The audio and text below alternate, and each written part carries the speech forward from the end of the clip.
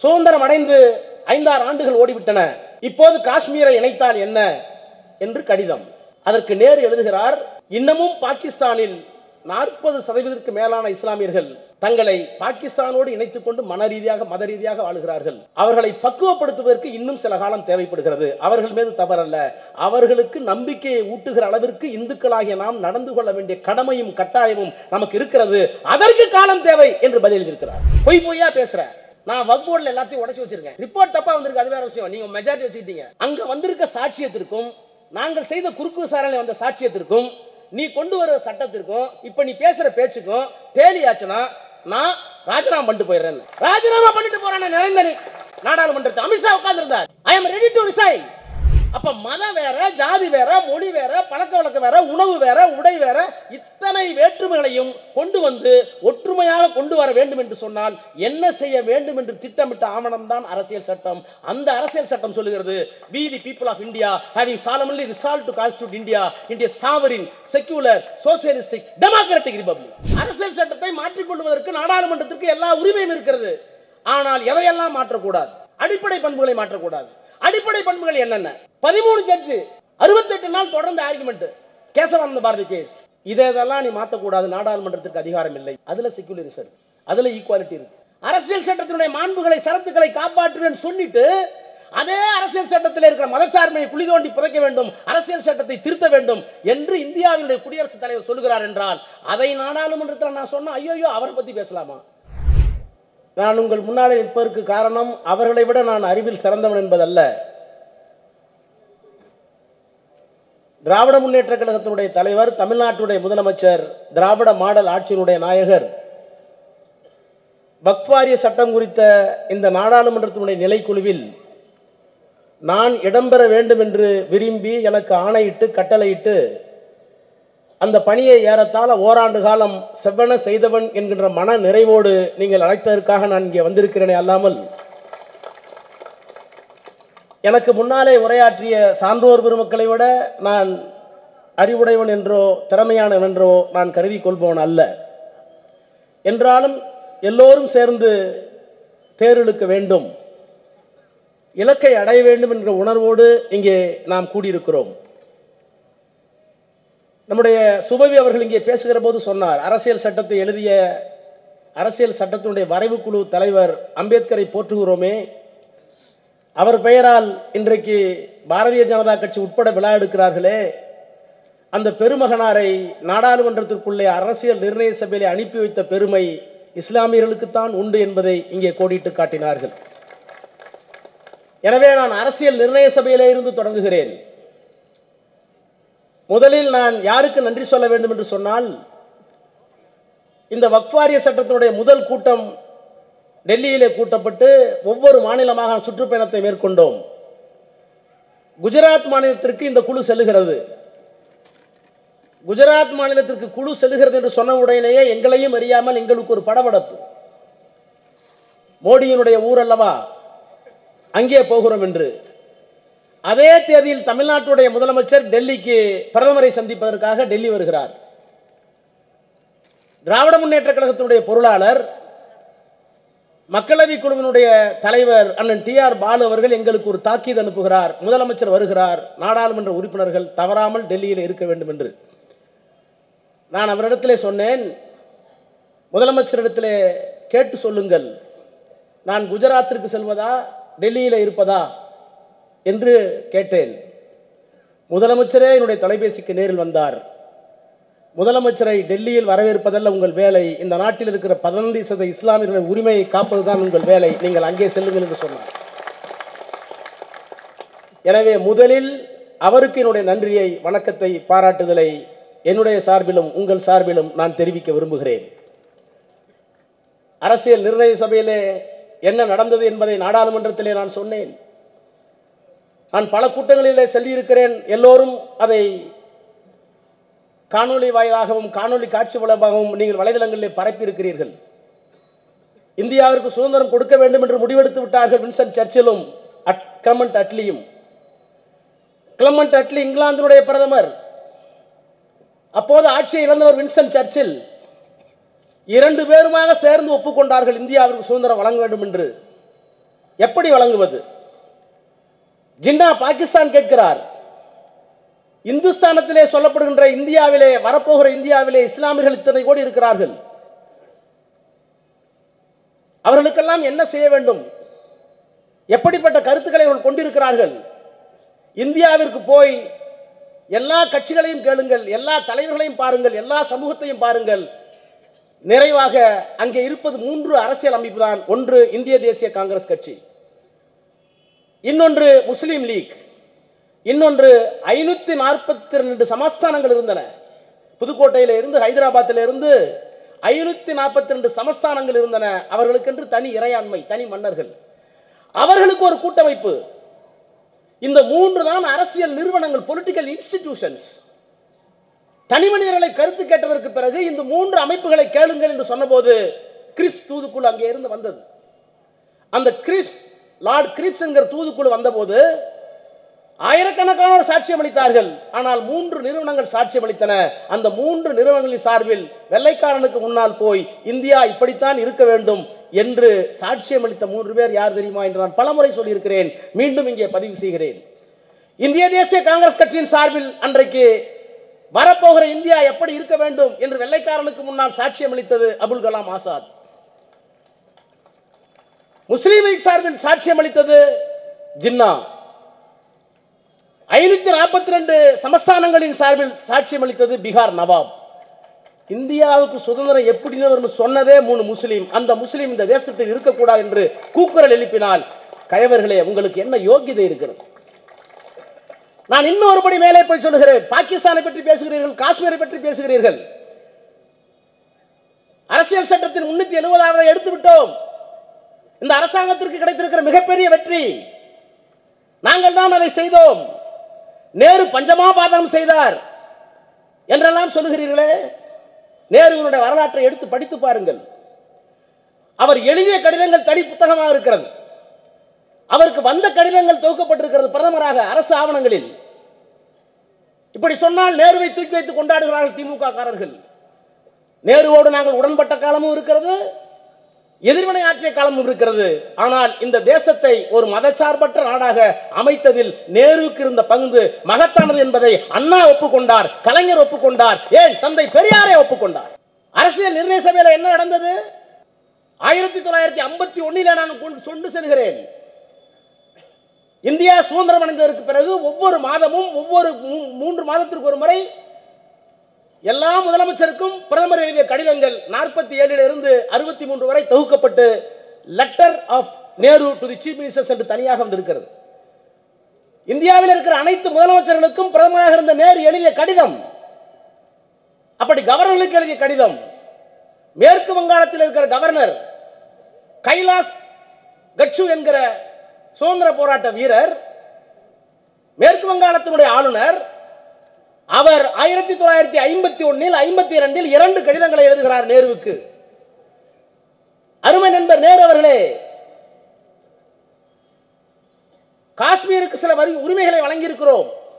அந்த மக்கள் இந்தியாவோடு இணைய வேண்டும், அதற்கு பக்குவப்பட வேண்டும் என்பதற்காக 370 கொண்டு வந்தோம். சுதந்திரம் அடைந்து 5-6 ஆண்டுகள் ஓடிவிட்டன. இப்போது காஷ்மீரை இணைத்தால் என்ன என்று கடிதம். அதற்கு நேரு எழுதுகிறார், இன்னமும் பாகிஸ்தானில் 40% மேலான இஸ்லாமியர்கள் தங்களை பாகிஸ்தானோடு இணைத்துக் கொண்டு மன ரீதியாக, மத ரீதியாக வாழுகிறார்கள். அவர்களை பக்குவப்படுத்துவதற்கு இன்னும் சில காலம் தேவைப்படுகிறது. அவர்கள் மீது தவறல்ல, அவர்களுக்கு நம்பிக்கையை ஊட்டுகிற அளவிற்கு இந்துக்களாகிய நாம் நடந்து கொள்ள வேண்டிய கடமையும் கட்டாயமும் நமக்கு இருக்கிறது. அதற்கு காலம் தேவை என்று பதில் இருக்கிறார். நேரு பண்ணல, நேரு பண்ணல, நேரு பண்ணல. நான் இன்னொன்று சொல்லட்டுமா? 1996 31 வயசுல நாடாளுமன்ற உறுப்பினராக நான் வந்து காஷ்மீருக்கு நிலைக்குழுவின் பார்லிமெண்டரி ஸ்டாண்டிங் கமிட்டிக்கு போனப்ப நாங்கள் கடைவீதியில் ஜாமான் வாங்கிட்டு இருக்கும்போது நீங்களாம் இந்தியாவில இருந்து வந்தீங்கன்னு ஊரில் கேட்டாங்க. லடாக்கில் லேன்னு ஒரு மலைப்பகுதியில் போய் ஜாமான் வாங்கிட்டு இருக்கோம்.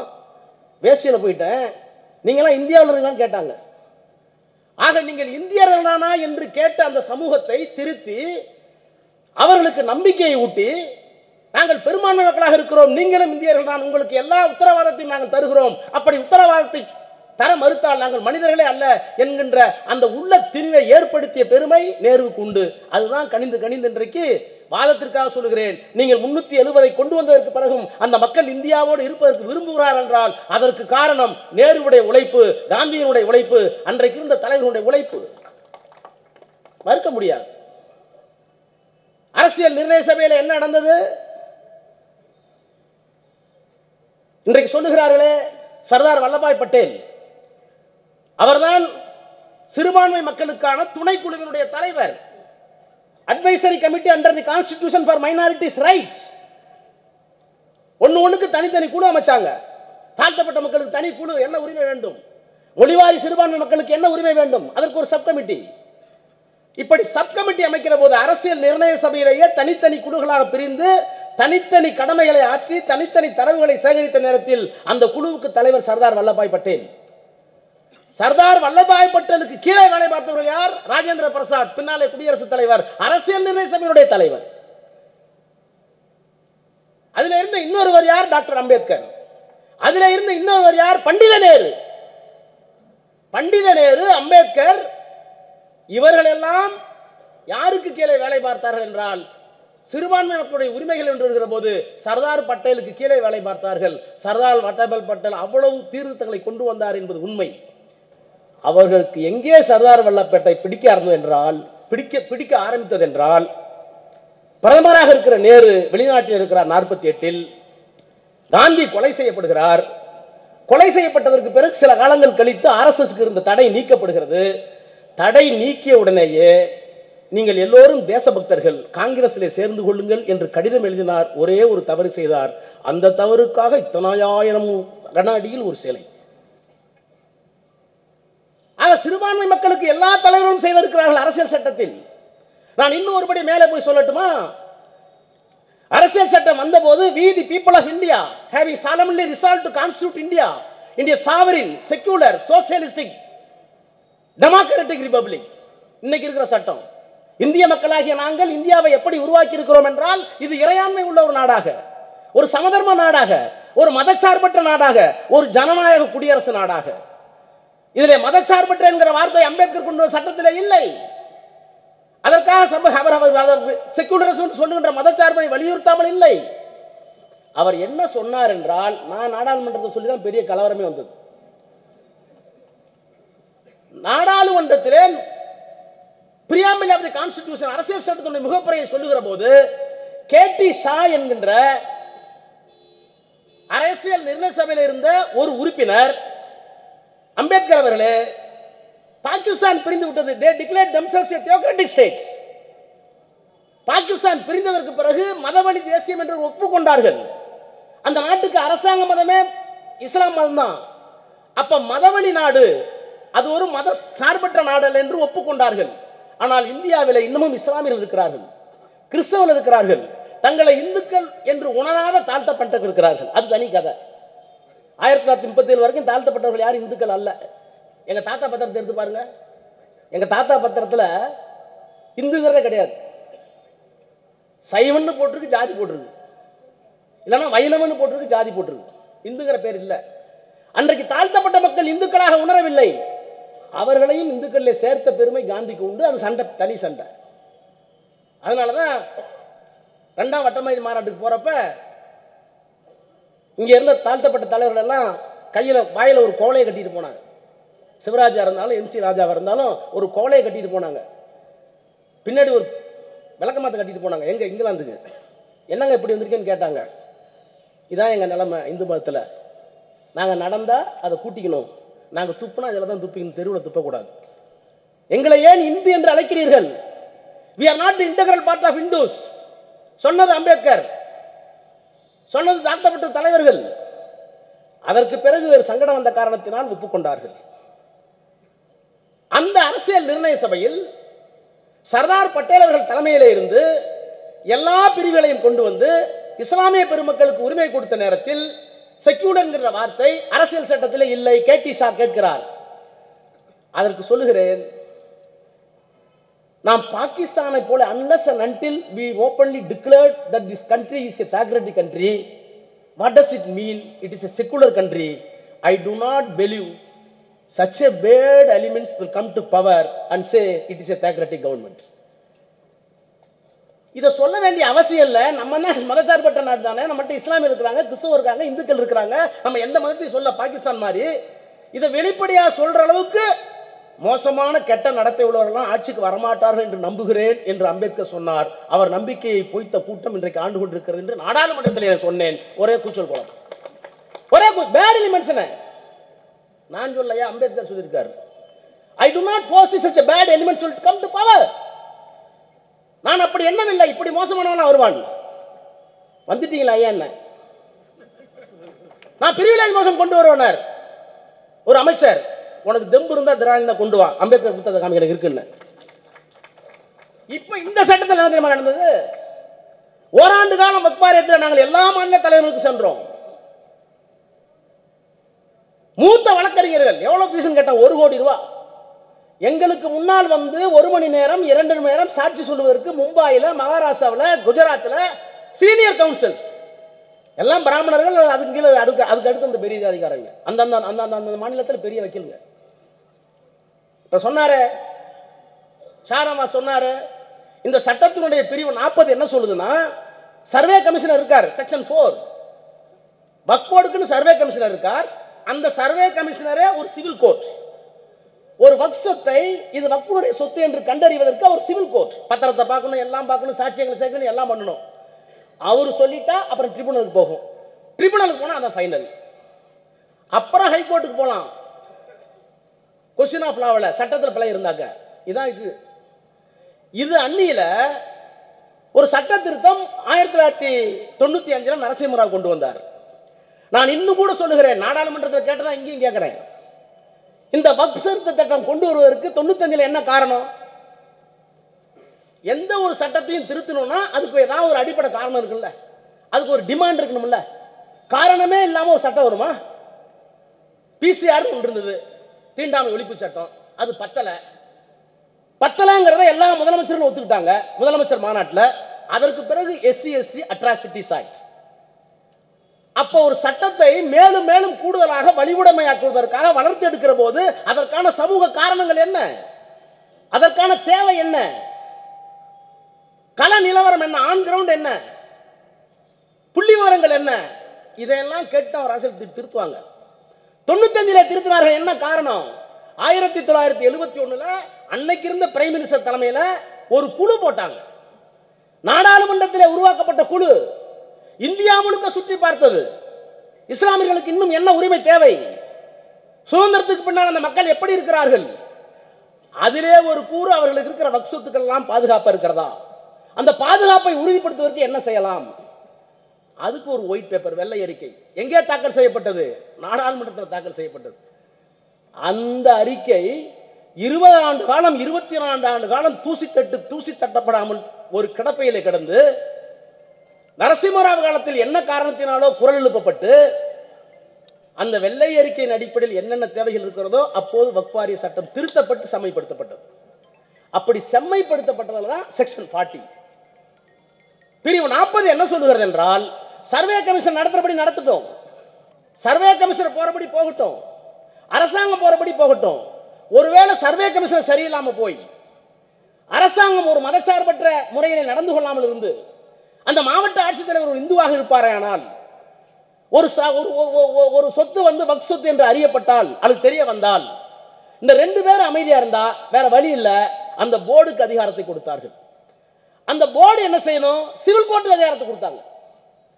இந்த 2 பேரும் செய்ய தவறினால், அப்படி ஒரு சொத்து வக்ஃப் போர்டு என்று அறியப்படுமானால் உடனடியாக இந்த கமிஷனர் செய்ய வேண்டிய வேலையை, ஆட்சியர் செய்ய வேண்டிய வேலையை இவர்களே செய்யலாம். எப்படி செய்யலாம் என்றால், இந்த சட்டத்தின் பிரிவுகள் அடிப்படையில் செய்யணும். சும்மா எழுதிட்டு போக முடியாது. சர்வே கமிஷனர் என்ன பண்ணணும்? செக்ஷன் 4 சர்வே கமிஷனுக்கு என்னென்ன உரிமைகள், அப்புறம் வக்ஃப்னு முடிவு பண்ணிட்டா டிக்ளரேஷன் செக்ஷன் 6, செக்ஷன் 5, அதுக்கு பிறகு கெசட்ல போட்ட பிற்பாடு இல்லை நீங்க பண்ணது தப்புன்னு சொன்னா டிஸ்பியூட் செக்ஷன் 7, அந்த டிஸ்பியூட்டை தேர்த்து சித்து வைக்கிறதுக்கு ட்ரிபியூனல் எல்லாம் இருக்கு. இந்த அடிப்படையில் தான் அந்த வக்ஃப் போர்டு முடிவு செய்யலாம். அது மாதிரி வக்ஃப் போர்டுக்கு அந்த அதிகாரம் கொடுக்கப்பட்டதற்கு பிறகு ஏறத்தாழ 65,000 பெரிய சொத்துக்கள் வக்ஃப் போர்டால் மீட்கப்பட்டிருக்கிறது வரலாறு இருக்கு. ஆனால் இந்த பெரிய பெரிய வக்கீல்லாம் வந்து என்ன சொல்கிறான், எங்களுக்கு முன்னாடியே நான் இதெல்லாம் படித்து தரவா போயிட்டேன் சிவில் கோர்ட் வக்கீல்னால. அவன் என்ன சொல்கிறாங்க, அப்படி சொல்கிறேன் நான், எல்லாம் இருக்குது, ரெக்கார்டில் இருக்குது. கர்ச்சீப் எடுத்துக்கிட்டான். ஒரு சீனியர் கவுன்சில் 1 கோடி ரூபா சம்பளம் அவனுக்கு. கமிட்டியில் சொல்கிறான், ஒரு கர்ச்சீப் எடுத்து செக்ஷன் 40 கீழே அப்படி போட்டு இது வக் ப்ராப்பர்ட்டின்னு சொன்னால் அது வக் ப்ராப்பர்ட்டி ஆகிடும். அவ்வளோ மோசமான சட்டம். இருக்கிறவெல்லாம் மடைய நினச்சிக்கிட்டு நான் திரும்ப கேட்டேன், செக்ஷன் 40 இருக்குல்ல, பிரிவு 40 கீழ் அந்த வக் போர்டில் இருக்கிற சேர்மனோ அல்ல அங்கே இருக்கிற ஒருத்தரோ இது வக் போர்டுன்னு வந்துட்டா அந்த வக் போர்டு வக்குக்கு சொந்தமான சட்டம் சொத்து என்று சொல்லுவதற்கு எந்த பிரிவினையை கையாள்வார்? அமைதி. இப்ப செக்ஷன் 4 படி பிரிவு 40 ஒரு enquiry should be conducted by the Waqf board for which to locate the title all the provisions in the act should be exhausted இருக்கு. நீ 40க்கு கீழே உன்னுடைய உரிமையை பயன்படுத்தி இந்த சொத்து இந்த கிரவுண்ட் சொத்து வக் போர்டுன்னு சொன்னா சர்வே கமிஷனர் என்ன பண்ணுவாரோ அதையெல்லாம் நீ செய். இல்லை உனக்கு என்ன பிரச்சனை? ஏன் தப்பு தப்பா சொல்ற? கர்ச்சீப் எடுத்து போட்டால் அது ப்ராப்பர்ட்டி ஆயிடுமா? தப்பு தப்பான கொள்கை. நான் திரும்ப எல்லாம் படிச்சு பார்ப்ப பிற்பாடு சாரி கொடுத்த பணத்துக்கு வேலை பார்த்தேன், போயிட்டு வரேன்ட்டு போயிட்டு வந்தாங்க. நான் ஏதோ இங்க ராணிப்பேட்டையில வந்து வேணும்னு பேசுறதுக்காக சொல்லல. கிரண் ராஜி பேசுகிறார் சட்டத்தை அறிமுகப்படுத்தி. பொய்யவே சொன்னேன், உனக்கு பொய் சொல்றதே வேலையை போச்சான்னு கேட்டேன். இந்த சட்டத்தை முதல்ல அறிமுகப்படுத்திய போது திருச்சூரை சொன்னேன். அது என்ன ஊரு? திருச்செந்துறையை சொன்னேன். அந்த திருச்செந்துறை ரெக்கார்டை எடுத்து போட்டேன் வக் போர்டில். இந்த நிலைக்கு நாடாளுமன்ற நிலைக்குழு சென்னைக்கு வந்துச்சு. திருச்சி கலெக்டர் கூப்பிட்டோம், வக் போர்டு சேர்மனை கூப்பிட்டோம், ரெவன்யூ செக்ரட்டரி கூப்பிட்டோம். 800 ஏக்கர் அபகரிக்கிறதா சொல்றானே உண்மையானு கேட்டோம். ரெக்கார்டு எடுத்து பார்த்தா தெளிவா இருக்கு. இது ஒரு காலத்துல ஒரு நவாபால் 800 ஏக்கரை வக் ப்ராப்பர்ட்டின்னு சொன்னது உண்மைதான். அதுக்கு ரெக்கார்டு இருக்கு. எப்பயோ ஒரு நவாப். ஆனால் 1951 இந்த சொத்துக்கள் விற்கப்பட்டு விட்டன அல்லது பாராதீனம் செய்து விட்டன. அதுவும் இருக்கு. அது ஒரு ஓரமா இருக்கு. அது நம்மனா ஒரு பிரெஸ்கிரிப்ட் ஃபார்மேட். அந்த ஃபார்மேட்ல கையால அப்ப இருந்த கரெக்ட் எழுதியிருக்காரு. இது வக் ப்ராப்பர்ட்டி தான், ஒரு நவாபால தான் கொடுத்தாங்க. ஆனா அதுக்கு பிறகு 1951 இதை பல பேருக்கு கொடுத்துட்டாங்க, கிரைம் பண்ணிட்டாங்க அல்லது வக்பை இனமா கொடுத்துட்டாங்க. இப்ப எல்லாம் குடியேறி போச்சு, இப்ப இங்க கிராமம் இருக்கு. ஒத்துக்கிட்டதே அவங்க தான். அதை மட்டும் கரெக்டா மறைச்சிட்டு இந்த 800 ஏக்கர் வந்து தப்பா பேசுறாங்க. பொய்க்கு அளவே இல்லை. இப்படியெல்லாம் கொண்டு வந்து ஒவ்வொரு பிரிவாக உடைத்து நொறுக்கி ஒண்ணுலன்னு ஆக்கிட்டோம். இதை நான் சொல்லல, திரும்ப இந்த சட்டம் வந்தப்ப சொல்லியிருக்கேன், எடுத்து படிச்சு பாருங்க. நீ திரும்ப பேசுற, பொய்யா பேசுற. நான் வக் போர்டில் எல்லாத்தையும் உடைச்சு வச்சிருக்கேன். ரிப்போர்ட் தப்பா வந்திருக்கு, அது வேற விஷயம். நீங்க மெஜாரிட்டி வச்சுக்கிட்டீங்க. அங்க வந்திருக்க சாட்சியத்திற்கும் நாங்கள் செய்த குறுக்கு விசாரணை வந்த சாட்சியத்திற்கும் நீ கொண்டு வர சட்டத்திற்கும் இப்ப நீ பேசுற பேச்சுக்கும் டேலி ஆச்சுன்னா நான் ராஜினாமா பண்ணிட்டு போயிடுறேன். ராஜினாமா பண்ணிட்டு போறான நரேந்திரன் நாடாளுமன்றத்தில் அமித்ஷா உட்கார்ந்து இருந்தார். I am ready to resign provided what you are talking before the parliament should tally with the report and the documents submitted with the work board. கூட்டுக்குழுவுக்கு முன்னால் கொடுக்கப்பட்ட சாட்சியம் என்ன, வழங்கப்பட்ட ஆவணங்கள் என்ன, நான் குறுக்கு விசாரணை வாங்கியிருக்கிற செய்திகள் என்ன?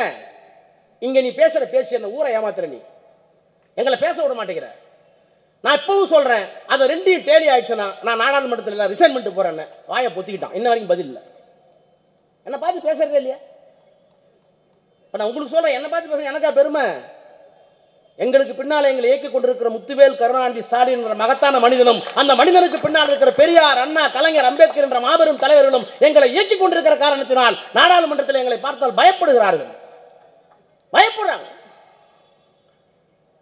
ஆக இப்படியெல்லாம் கொண்டு வந்து ஒரு சொத்து வக்ஃப் சொத்தா அரசாங்க சொத்தா என்று சந்தேகம் இருக்குமானால் அந்த வழக்கு கடைசி முடிகிற வரை வக்ஃப் சொத்தாக அறிவிக்கப்படாது, அது அரசாங்கம் கையில் இருக்கும்.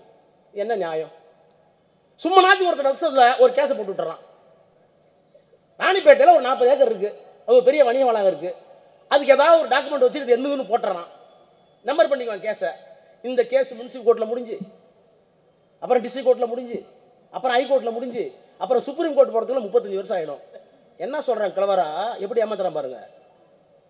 அப்படி கடைசியா கோர்ட்ல முடிகிற வரைக்கும் அந்த சொத்து வக்ஃப் சொத்து அல்ல, அது அரசாங்கத்தினுடைய கட்டுப்பாட்டில் இருக்கும்.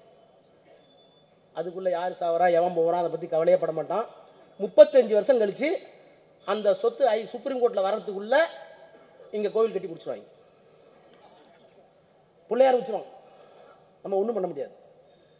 ஆக எப்படியெல்லாம் அரசு நிர்வாகத்தை முடக்குவது, எப்படியெல்லாம் வக்ஃப் சொத்தை முடக்குவதற்கு அதிகாரங்களை எடுப்பது, எப்படியெல்லாம், இது என்ன தெரியுமா, இது இந்த மாதிரி வந்து கலெக்டர் வந்து இது கிடப்பில் வைக்கப்படுது சொன்னா அது மேல அப்பீல் கிடையாது.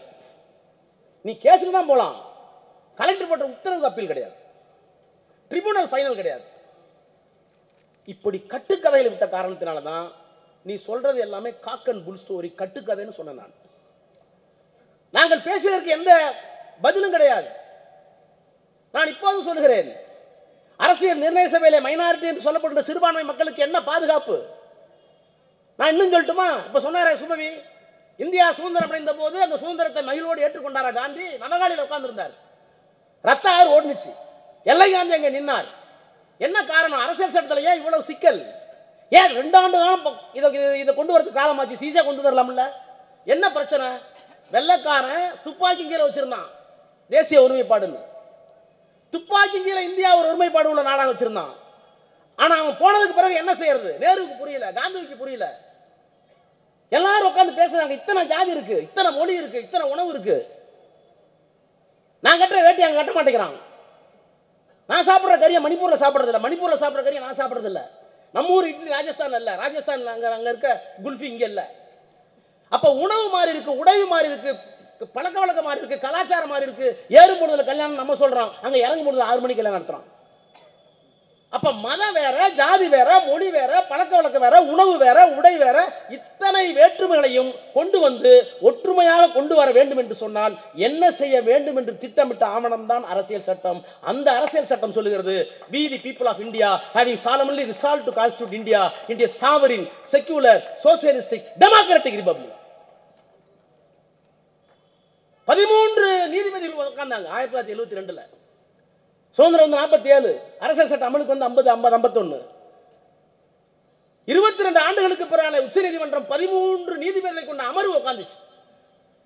அரசியல் சட்டத்தை திருத்தலாம், திருத்திக்க. whether the basic structure of the constitution can be amended or not. முதல்ல எதெல்லாம் பேசிக் ஸ்ட்ரக்சர்? அரசியல் சட்டத்தை எத்தனை முறை மாத்திக்கிட்டு? இதோட 140 தடவை மாத்திட்டோம். அரசியல் சட்டத்தை மாற்றிக்கொள்வதற்கு நாடாளுமன்றத்திற்கு எல்லா உரிமையும் இருக்கிறது. ஆனால் எவையெல்லாம் மாற்றக்கூடாது? அடிப்படை பண்புகளை மாற்றக்கூடாது. அடிப்படை பண்புகள் என்னென்ன? 13 ஜட்ஜு 68 நாள் தொடர்ந்து ஆர்குமெண்ட், கேசவானந்த பாரதி கேஸ். இதெல்லாம் நீ மாற்றக்கூடாது, நாடாளுமன்றத்துக்கு அதிகாரம் இல்லை. அதுல செக்யூலரிசம் இருக்கு, அதுல ஈக்குவாலிட்டி இருக்கு. அப்ப நாடாளுமன்றத்தால் 13 நீதிபதிகள் கொடுத்த அமர்வின்படி நீ எதை வேணாலும் மாத்திக்கலாம். Basic structure of the constitution cannot be amended. Secularism, மதச்சார்பின்மை எடுக்கப்பட முடியாது சொல்லிட்டாங்கல்ல. இந்தியாவுடைய குடியரசு துணைத் தலைவர் தங்கர்,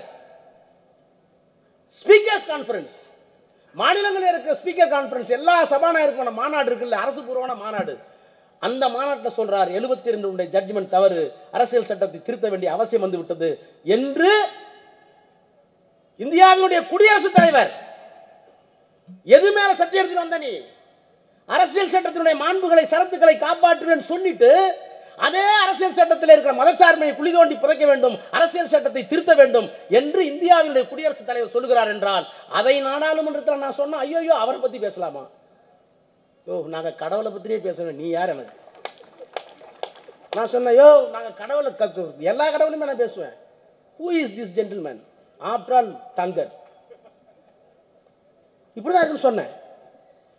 அப்போ அரசியல் சட்டத்தை திரித்து உலுக்கிவிட்டு என்ன காரணத்திற்காக இத்தனை வேறுபட்ட மக்களை எல்லாம் கொண்டு வந்து வேற்றுமையில் ஒற்றுமை என்று கொண்டு வந்தார்களோ அந்த வேற்றுமைகளை இப்போது மேலும் செழுமைப்படுத்தி ஒற்றுமையை குலைத்து அரசியல் சட்டத்தை தூக்கி அடித்து விட்டு இதை இந்து நாடாக ஆக்க வேண்டும் என்று கொக்கரிக்கின்ற ஒரு கூட்டத்தினுடைய கொட்டத்தை அடக்கக்கூடிய தலைவர்கள் இன்றைக்கு இந்தியாவில் ஸ்டாலினை விட்டால் யாரும் இல்லை என்று எல்லாரும் ஒப்புக்கொள்கிறார்.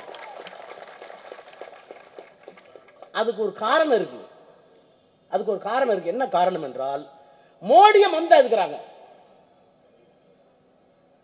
மோடியை சிபிஎம் எதுக்குது, சிபிஐ எதுக்குது, முதலமைச்சர் எதுக்குறாங்க, அமித்ஷாவை எதுக்குறாங்க, பிஜேபி எதுக்குறாங்க.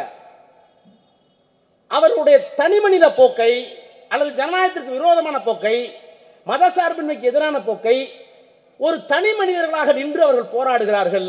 போராடுகிறவர் கையில் தத்துவ ஆயுதம் இல்லை. Individuals are fighting against the government. Individual leaders are fighting against Amit Shah Modi.